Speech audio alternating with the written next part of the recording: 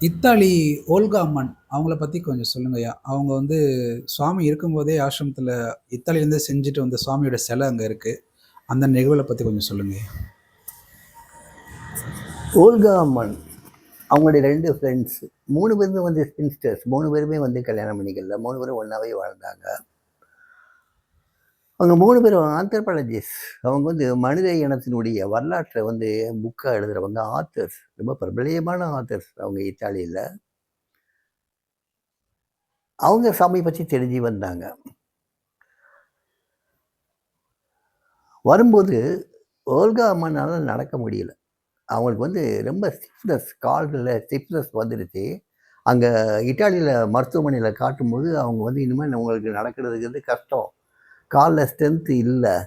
அதனால எப்பயும் wheel chair use பண்ணுங்க அப்படின்னு சொல்லி, அவங்க வீல் சேர் தான் யூஸ் பண்ணிட்டு வந்தாங்க. திருவண்ணாமலைக்கு வந்தாங்க. வந்து சாமிகிட்ட வந்தாங்க. அப்ப சுவாமி தர்சன் மந்திரில முதல்ல கட்டின ஆஞ்சநேயர் கட்டின அந்த கூரை வேஞ்ச கட்டடத்துல தான் சாமி தரிசனம் கொடுத்துக்கிட்டு இருந்தார். அப்ப இவங்க உள்ள கூட்டு வராங்க. அந்த வீல் சேரோட மேல தூக்கி உள்ள கூட்டு வராங்க. அங்கேயே நில்லுங்கங்கிறாரு சுவாமி. அவங்க நிக்கிறாங்க.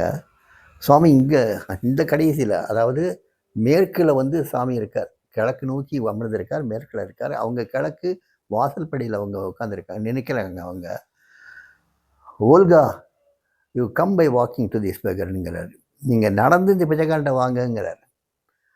சாமி, என்னால் நடக்க முடியாது சாமி அப்படின்னு அந்தம்மா அங்கிருந்து கத்துது. ஓ, யூ கேன் வாக், எதிர்த்து நின்று நடந்து வாங்குறாரு. அந்த அம்மாவுக்கு என்ன செய்யறதுனே தெரியல. காலில் ஸ்ட்ரென்த்தே இல்லைன்னு ஃபீல் பண்ணுது. இருந்தாலும் முயற்சி, சாமி சொல்லிட்டாருங்கிறதுக்காக முயற்சி பண்ணுது. மெதுவாக எந்திரிச்சு நிற்குது. மெதுவாக எந்திரிச்சு நிற்கிறதுக்கே தடுமாறுது. இவங்க ஃப்ரெண்ட்ஸ் 2 பேரும் அவங்க வந்து சப்போர்ட்டிங்காக வராங்க. அவங்கள சாமி தடுக்கிறாரு, வேண்டாம் விட்டுருங்கன்னு. அந்த அம்மா மெதுவாக எழுந்துச்சி நிற்குது. அப்புறம் மெதுவாக ஒவ்வொரு அடியாக எடுத்து சாமிகிட்ட வருது. சாமிகிட்ட வந்து நின்ன உடனே அவ்வளோ டயர்டாகிடுது. சாமி மறுபடியும் நீ அங்கேயே போங்கிறாரு. மறுபடியும் திரும்பி அங்கே வருது. மறுபடியும் வர சொல்கிறார். மறுபடியும் வருது. மறுபடியும் போக சொல்கிறார். மறுபடியும் போகுது. மறுபடியும் வர சொல்கிறார். மறுபடியும் வரும்போது இந்த 3-4 தடவை நடந்து போதே அது கால்களுக்கு எப்படியோ அந்த சக்தி கிடைச்சிருது. நடக்கக்கூடிய சக்தி கிடைச்சிருது. அதுக்கு அப்படி ஒரு சந்தோஷம். அழுக ஆனந்தத்தில் கண்ணீர் வடியுது. அவங்க ஃப்ரெண்ட்ஸுக்கு அப்படி ஒரு ஆனந்தம். எல்லாருமே அவ்வளோ ஆனந்தப்பட்டாங்க. ஒரு டாக்டர் வந்து இனிமேல் உன்னால் நடக்க முடியாது, வாழ்நாள் முழுவதும் நடக்க முடியாது சொன்ன எங்களை வந்து நடக்க வச்சுட்டீங்களே அப்படின்னு அப்படி தேங்க் பண்ணாங்க சுவாமிக்கு. சுவாமி வந்து அப்போ தான் அதுக்கப்புறம் அவங்க வந்து கொஞ்ச நாள் இருக்காங்க. அந்த செஷன் முடிஞ்சதுக்கப்புறம் இன்னும் 2 நாள் கழித்து, இது வந்து ஒழுகாமணி என்கிட்ட சொன்னது, இந்த பிச்சைக்காரனை பற்றி ஒரு புக்கு நீ எழுது அப்படிங்கிறார். அவங்க வந்து பெரிய ஆத்தர் இல்லையா, இந்த பிச்சைக்காரனை பற்றி ஒரு புக்கு எழுதுங்கிறார். சரி சாமி, நான் எழுதுறேன் சாமின்னு சொல்கிறாப்புல. அதுக்கிடையில் எல்லாம் முடிஞ்சது, சரின்னு சொல்லிட்டு போயிடுறாங்க. போயிட்டு அங்கே போனதுக்கு இது வந்து நடந்தது வந்து 1998 99 நடந்திருக்கும். 2001 சாமி சமாதி ஆகிட்டாங்க. அதுக்கப்புறம் தான் அங்கே புக்கு வேலையை அந்த அம்மா ஆரம்பிக்குது. அதுக்கடையில் சில கமிட்மெண்ட்ஸ்லாம் இருந்தது. அதுக்கு சில புக்ஸ்க்கு வேலையெல்லாம் முடிக்க வேண்டியது. அந்த வேலையெல்லாம் முடிச்சுட்டு அதுக்கப்புறம் அந்த அம்மா எழுதுகிறாங்க. இவங்களே தான் இங்கிலீஷில் எழுதுவாங்க. அதை கரெக்ஷனுக்காக அங்கே அனுப்புவாங்க, அமெரிக்காவுக்கு அனுப்புவாங்க. அவங்க அதை கரெக்ட் பண்ணி இங்கே அனுப்புவாங்க.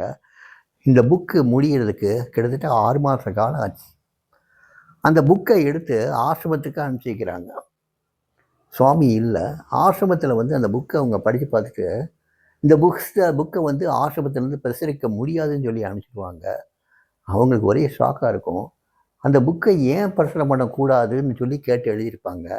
அதுக்கு வந்து இங்கே உள்ள நிர்வாகத்தினர் வந்து, இது இயேசு கிறிஸ்துவை பற்றி நீங்கள் வந்து ப்ரொபகேட் பண்ணுற மாதிரி அந்த புக்கில் இருக்குது, அதனால் நாங்கள் பிரசுரம் பண்ண முடியாதுன்னு சொல்லி அங்கே உள்ள நிர்வாகத்தினர் சொல்லியிருப்பாங்க. அவங்க எனக்கு மெயில் கொடுத்து கேட்டாங்க.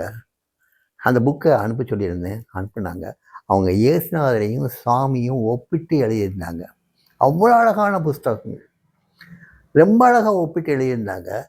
இதில் பெரிய வேடிக்கை என்னென்னா, சுவாமி ஏன்ட்டையே நியூ டெஸ்டாமெண்ட் பைபிளை படிக்க சொன்னார்.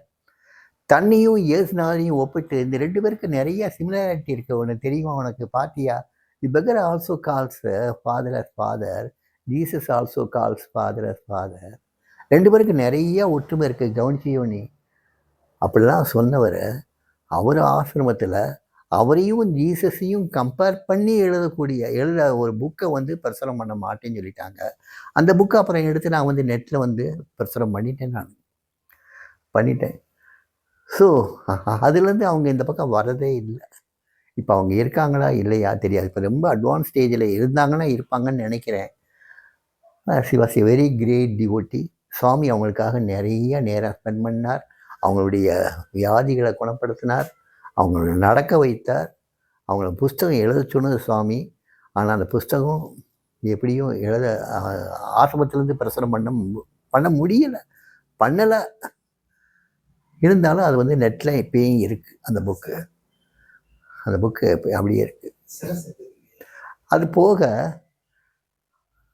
மார்பிளில் வந்து அங்குள்ள பெஸ்ட் ஆர்கிடெக்ட், பெஸ்ட்டு ஒரு இவர் என்ன சொல்கிறது, சிற்பக்கலை வல்லுனர், மார்பிள் சிலையில் வடிக்கிறதுல வல்லுனர் இட்டாலியிலேயே. அவரை ஒரு தடவை அழைச்சிட்டு வர்றாங்க. சுவாமி இருக்கும்போது இது நடந்தது. சுவாமியுடைய ஃபோட்டோலாம் கொடுத்து என்ன சுவாமியுடைய சிலையை செய்ய சொல்கிறாங்க. சுவாமியை வந்து செய்ய சொல்கிறாரு. ஆனால் பஸ்ட் சைஸ் இருந்தால் போதுங்கிறாரு. சுவாமி சுற்றி இருந்தவங்கலாம் இல்லை வி நீட் ஃபுல் ஸ்ட்ரக்சர் உள்ளது தான் எங்கள் சிலையாக வேணும்னு சொல்லி கேட்குறாங்க. சுவாமி வேண்டாம், பஸ்ட் லெவலில் மட்டும் இருந்தால் போதும், ஷோல்டர் வரைக்கும் உள்ள சிலை மட்டும் இருந்தால் போதும், வேதப்பாட சிலை வைக்கிறதுக்கு தானே அந்த சிலை, அது மட்டும் இருந்தால் போதுங்கிறாப்புல.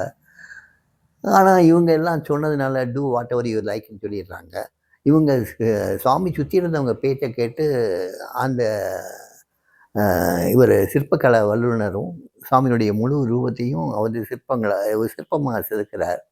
அதில் பெரிய வேடிக்கை என்னென்னா, சுவாமியுடைய ஷோல்டர் வரைக்கும் சுவாமியுடைய உருவம் தத்துருவமும் அப்படியே இருக்கும். ஷோல்டர் கீழே பார்த்தீங்கன்னா இயேசுநாதர் வடிவம் தான் இருக்கும். அது இயேசுநாதரை உருவப்படுத்தி வச்ச எத்தனையோ படங்கள் இருக்குல்ல, அந்த மாதிரி தான் இருக்கும். இன்றைக்கி வரைக்கும் அந்த சிலை வந்து இங்கே இருக்குது, வேத பாடசாலையில் இருக்குது. பஸ்ட் வரைக்கும் பார்த்திங்கன்னா அந்த ஷோல்டர் வரைக்கும் சுவாமியுடைய முகம் மற்றதெல்லாம் அவ்வளோ தெளிவாக இருக்கும். அது கீழே பார்த்திங்கன்னா முழுக்க இயேசுநாதருடைய அந்த இயேசுநாதர் நினச்சி பார்த்தீங்கன்னா இயேசுநாதர் சொரூபமாகவே தெரியும். இதை செஞ்சு கொடுத்ததும் ஓல்கா அம்மன் தான். அங்கே நிறையா ஸ்பெண்ட் பண்ணியிருப்பாங்க. அங்கேருந்து ஷிப்மெண்ட் பண்ணி அனுப்பிச்சி அதை இவங்க டெலிவரி எடுத்து வந்து எத்தனையோ அது கவர்மெண்ட் ஃபார்மாலிட்டிஸ்லாம் முடித்து எடுத்து வந்து இங்கே வந்து எலெக்ஷன் பண்ணாங்க. பார்த்து எல்லாத்துக்கும் ஏமாற்றம். சுவாமி சொன்னது நம்ம கேட்கலையேங்கிற ஒரு வருத்தம் கூட இருந்திருக்கும். ஆனால் அந்த சிலை இப்போயும் இருக்குது. இதெல்லாம் ஓல்காமனுடைய பக்திக்கு ஒரு அடையாளமாக இன்றைக்கி இருக்குது. அந்த சிலையை ஏற்றுக்கிட்டாங்க, ஆனால் அவங்க வடித்த புஸ்தகத்தை ஏற்றுக்க தயாராக இல்லை.